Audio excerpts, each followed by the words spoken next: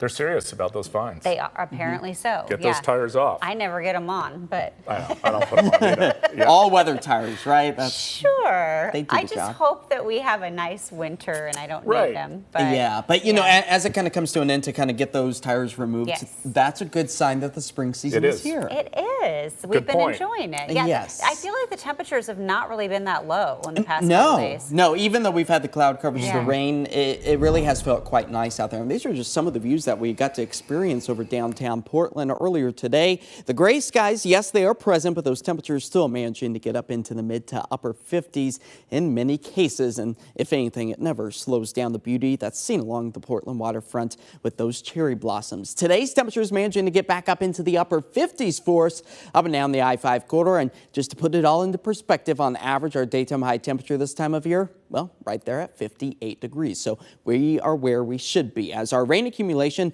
is only amounted to so far a couple of 1/100ths of an inch of rain, but those numbers, they'll start to continue to climb as we not only work our way through the rest of this evening, but as we continue to push our way through much of the weekend. So right now, 58 degrees, our current daytime high temperature. We could potentially push closer to the low 60s later this afternoon, as the on-again, off-again rain showers are going to take us well through the rest of this evening. A closer look at our live radar and satellite over the Portland metro area, where the gray skies still remain, picking up on a stray raindrop or two. That will be the case over the next several hours as we really start to get this next batch of moisture to push its way a little bit further to the north.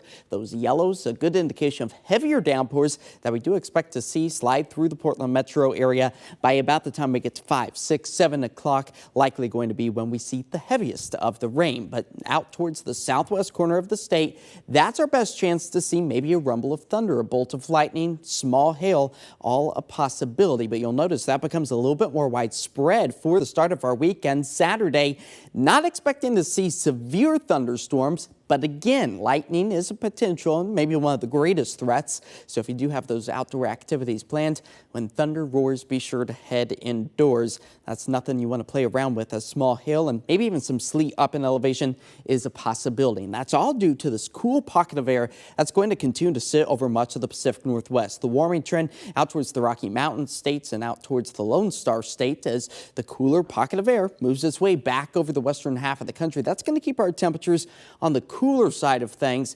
But again, all in perspective, it's going to be keeping us close to where we should be for this time of year, in towards the upper 50s before this ridge starts to build just off to our west, eventually slowly trying to work some warmer conditions back into our area. So here it is, all timed out with the Futurecast. I mentioned about 7 o'clock or so, those yellows and oranges, a good indication of where heavier downpours are expected to track their way from the south to the north as those temperatures continue to climb back up into the 50s. Very hit and miss in nature as we work our way into Saturday. And as far as the rain accumulation goes all the way through the weekend, well, that's where we could potentially near almost a quarter to a half inch for the Willamette Valley. Out along the coastline, seeing much of the same. But the snow elevation levels only dipping down as low as about 3,500 feet. So that means there's no cause for concern of any of those winter-like snowflakes to fall over our area as we move through the next week. It is going to be a soggy week for us. Temperatures still hovering in towards the upper 50s for us. Monday, that's the cooler day and the start of Oregon spring break, 53. And we continue to dance in towards the mid 50s. So slightly cooler than what we might like to see, but it's good that we hold on to that rain potential because it just keeps pushing the fire season back. Yes. And a good week to be out of town if you're on spring break. That is true. I like how you pointed at me. She's going to hightail Getting out down. of this place. She'll see in a little while. Yeah, all right.